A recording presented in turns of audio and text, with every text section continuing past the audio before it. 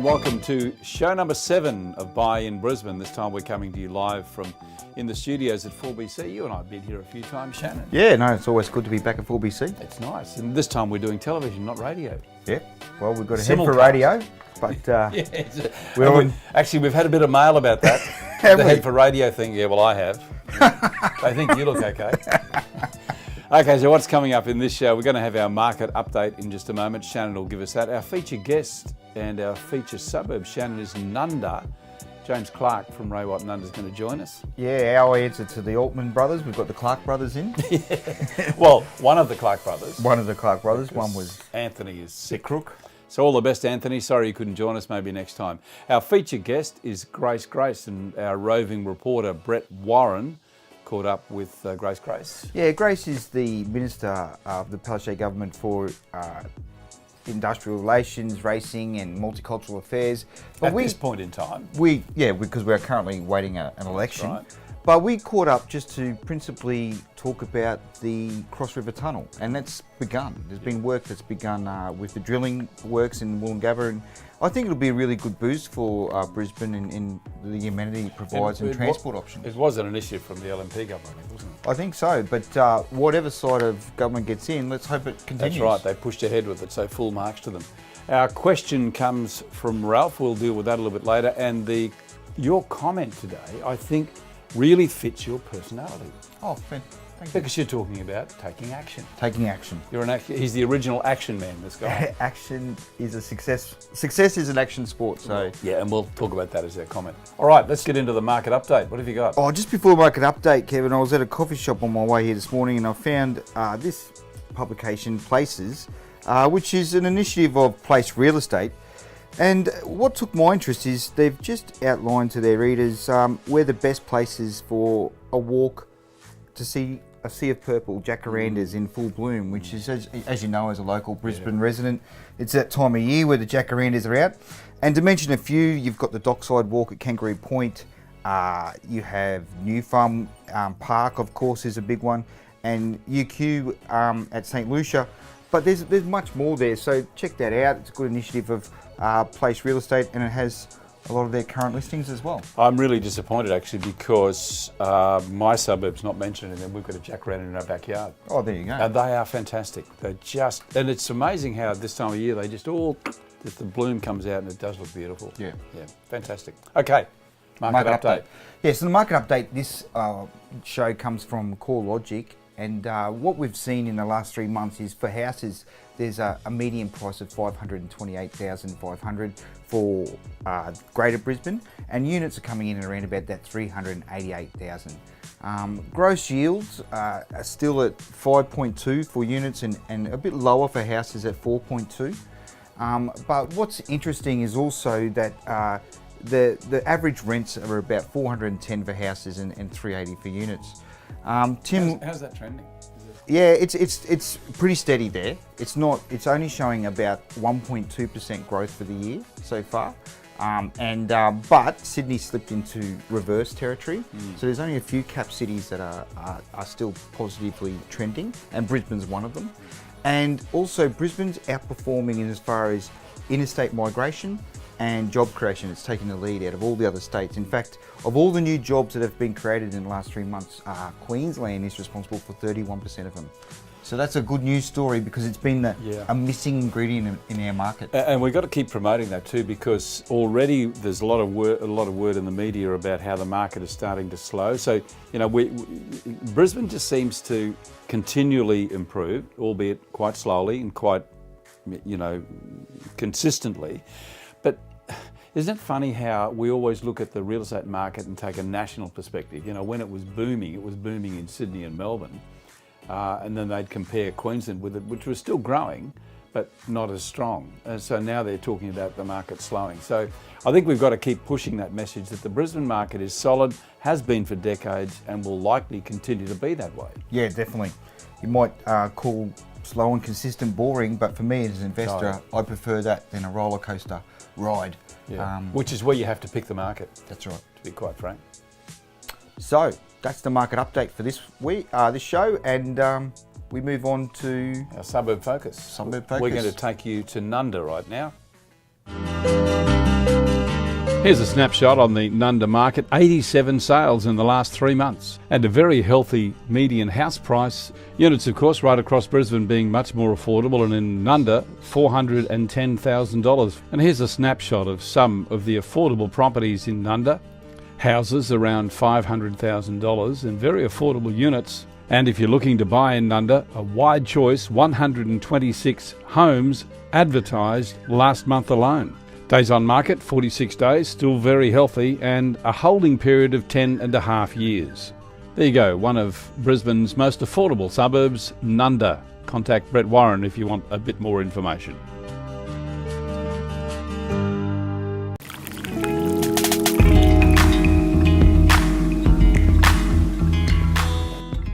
And as part of our focus on Nundah, we're joined in the studio by James Clark. James, welcome. James is from Ray White at Nundah. Hey, mate, yep. Great suburb. Tell us who is attracted to the suburb. What sort of buyers are coming there? Oh, there's a myriad of buyers. Nundah, probably over 55% is investors because of the location. Young families are flooding the place. Developers, been there since day dot. The long stayers are the good Italian builders. They've been there since probably 1950s. They're still building the 6-packs, the 8-packs, the 15s, etc. So it's a whole broad base of buyers. You've had a different range of developers in there too, haven't you? There was some fairly extensive developments in Nundah. Yeah, the big boys are there. Yeah, Circa was done there. Same guys who did James Street. Yeah. They built 2 towers and a commercial block. That commercial block's actually been sold to a fund, so the money's being generated and it's coming into the area. And it's good because those guys have attracted money from the smaller investors who want to do up their 1960s, 1970s old, timber shops, that sort of, the old days. That was before the tunnel was built. Yep. And that tunnel's just sent it through the roof. So they're reinvesting back into the suburb. So there's bars, Woolworths is there. There's coffee shop after coffee shop. Cafe 63 is there, so obviously the big boys on the retail front are coming in as well. Yeah, because that, Shannon, but that main strip in Nundah has really been developed, hasn't it? I mean, there was a time when it was almost like forgotten. You try and avoid going through there, but now it's a bit of a magnet. Well, at the tender age of 20-something, I was in Banff Springs up in Canada playing the guitar with a mate of mine on a 6-month contract, full of tourists from around the world. Dad rang me, said, come back. And I came back to Sandgate Road, Nundah, and it was a 2-lane street. Couldn't get a park. No one heard of it. You could buy a unit there for 80 grand. So it's all just blossomed. As you said, the tunnel really helped it, make a bit of a village there. Yeah. Well, you'd think as a smart real estate agent, I'd buy 3 or 4 units when they announced the $7 billion tunnel, wouldn't you? No, mate, I'm a real estate agent. It's not going to happen. But they're now, the stock standard 2-bed, 1-bath, 1-car, 6-pack is any side of 300. But that's 3.5 times since that time. But there's a lot of them now. There's a concern about the oversupply.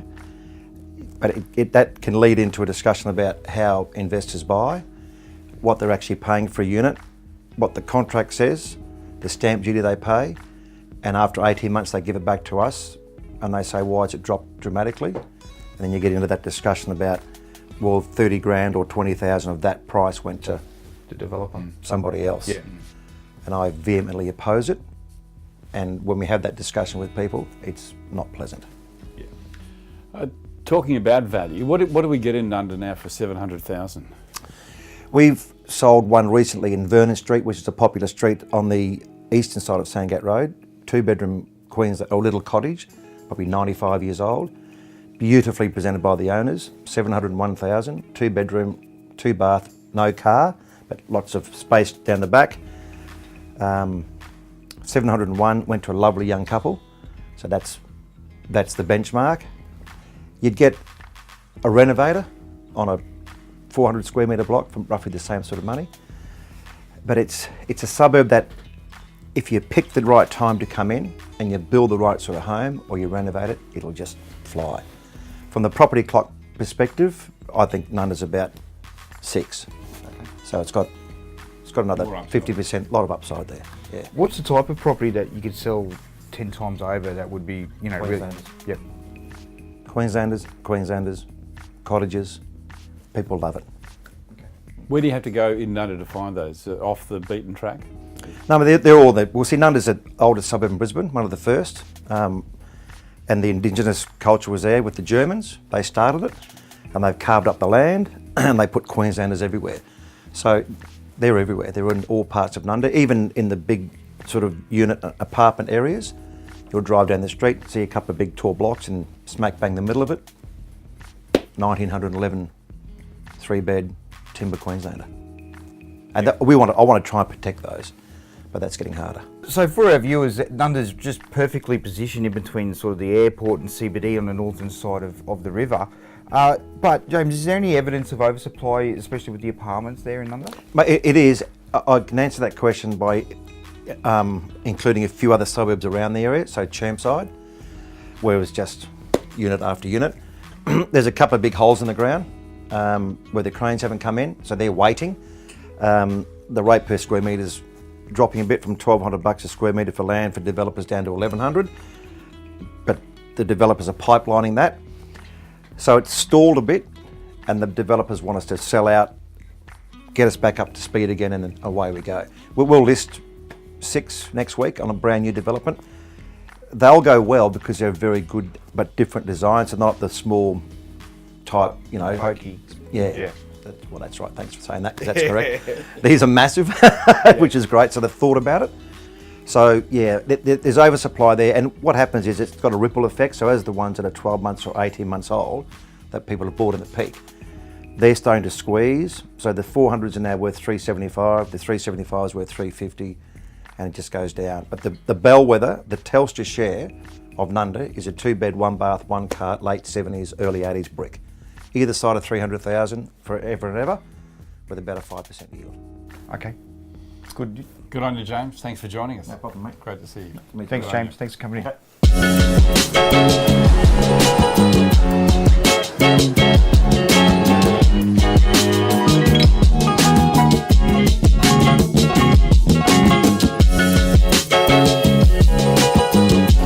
Hi, Brett Warren here, your trusted resource for the Brisbane property market. Well, today I'm in the electoral ward of Brisbane City, and there's so much happening in inner city Brisbane at the moment. I wanted to take the opportunity to talk to Minister for the Brisbane Central ward, Grace.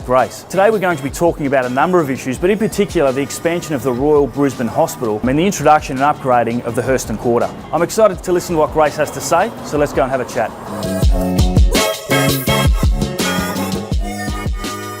Thanks for joining us today, Minister Grace. Really appreciate your time. I know it's a busy time of year for you. Before we start, can you just let us know a little bit about yourself and your role in the government? Well, I've grown up in my electorate all my life. I'm the member for Brisbane Central, and my role in the government is I'm Minister for Employment and Industrial Relations, Minister for Racing, and Minister for Multicultural Affairs. Wow, really, very busy then. It is a busy portfolio, but a great one, yes. Excellent, excellent. Look, I've been talking to a number of people about the employment and the jobs growth in Brisbane recently. Obviously, you know, you're fairly involved with the CBD expansion and things like that. Today, I just wanted to talk a little bit more about our hospitals, in particular the Royal Brisbane Hospital. The days of having a hospital on the corner are kind of over. They're really becoming quite big expansion projects, and there's a lot of employment being created in these precincts. Can you tell us a little bit about what's happening at the Hurston Quarter there, and a little bit about that as well? Well, clearly the Royal Brisbane and Women's Hospital is our signature hospital here in the state. And you're right, the employment opportunities in that hospital are unbelievable. Really, they're a mini city. Yeah. And they employ a lot of people, and we have a very exciting project attached to that where the old Royal Children's Hospital used to be, which is now known as the Hurston Quarter. And we have a $1.1 billion development project happening there, and it will employ 700 people over a 10-year construction phase, and it will be redeveloped into a world-class medical and wellbeing area, which is fantastic for the city of Brisbane. Yeah, absolutely, very exciting. And what are some of the projects? I know there's some rehab area planned. There's a lot of aged care things as well. Can you tell us about some of the projects? Well, Australia Unity is linking up with the Brisbane North Health and Hospital Board, and they will be developing the project together. The first thing that will be built there on the old Children's Hospital site will be a world-class specialist rehabilitation and ambulatory Memory Care Centre, known as SHRAC. Yeah. And it will be a 132 bed, state-of-the-art, world-class rehabilitation centre, which will employ many people on that site. But the other side is earmarked for, aged care facilities, medical education and research facilities. There will be medical services on that site, and of course an exciting retail and public space available, with those beautiful heritage buildings on that site restored back to their former glory. Yeah, that's really exciting.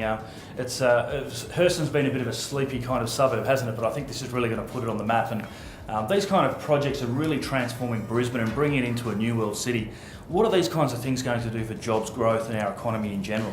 Look, we've had, as Employment Minister, I'm really proud that we've been able to bring down our unemployment rate to about 5.9%. We've created 122,500 jobs since we've been, net new jobs since we've been elected in this state. And the job opportunity that the Hurston Quarter will bring about is going to be fantastic. The inner city is really booming. We've got the Queen's Wharf project, we've got Cross River Rail, we've got, the Hurston Quarter project. You're looking at a number of projects, when combined, will revolutionise the inner city of Brisbane to make us one of the best living, well-lived, beautiful cities in Australia. And it's a wonderful and an honour to be the member for Brisbane Central. Yeah, that's fantastic. Thanks so much for your time today. I'm really looking forward to the next 5 to 10 years. I think it's really going to be an exciting time for Brisbane. It's going to transform into a new world city, and you guys are doing a great job. So thanks very much for joining us. It certainly is, and it's great to always get that balance right too, which I think is exactly what we're doing. Brisbane is a place to be. Absolutely. Thanks so much for your time. Thank you, Brett. So, great interview there from Brett Warren and Grace. I think it's really important for the city and therefore the property that we keep on with the infrastructure, those big ticket items. They create jobs, they create confidence, and it's better for everyone. Yeah, indeed it is. Indeed it is. Okay, let's move on to our question of the week, and a reminder once again, keep those questions coming in. This question comes from Ralph, who says, purchasing property is probably the biggest financial decision I will ever have to make. So how do I overcome taking the first step, fear? I seem to be over-analysing everything, and there's so much conflicting information.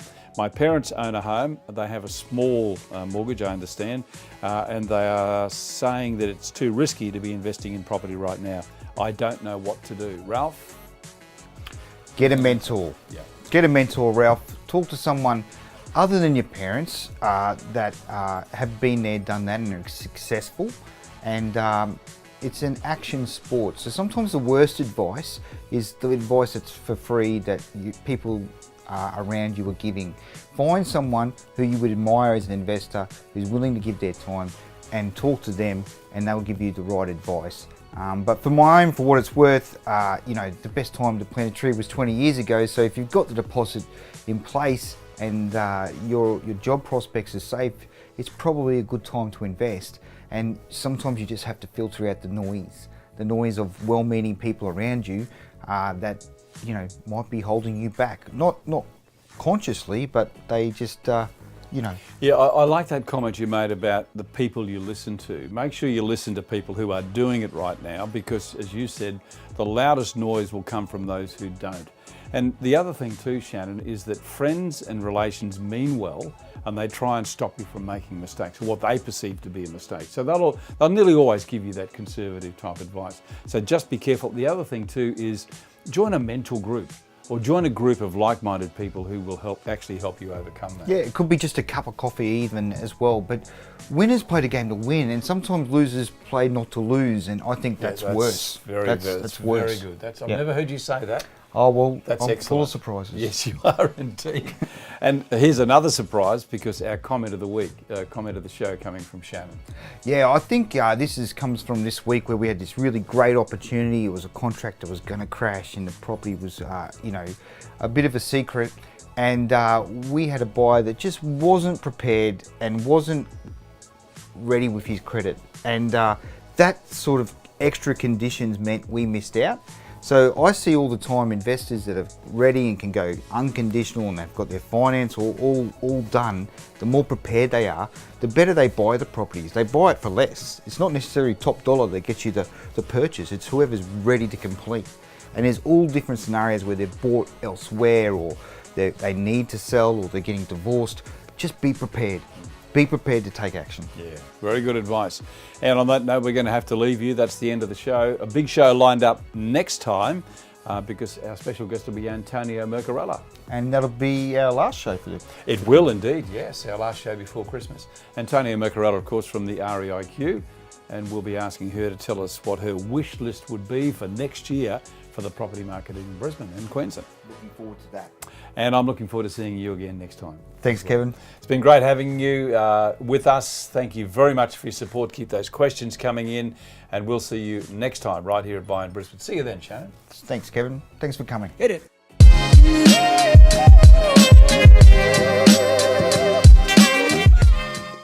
Yeah, I think it's just going to shoot because the airport will be open, and they've got 50,000 people being employed in there in the next 20 years. So it's, again, it comes back down to that decision of why didn't I buy 2 or 3 little 2-bed apartments when the tunnel came? I think that's Kevin's. It's yours.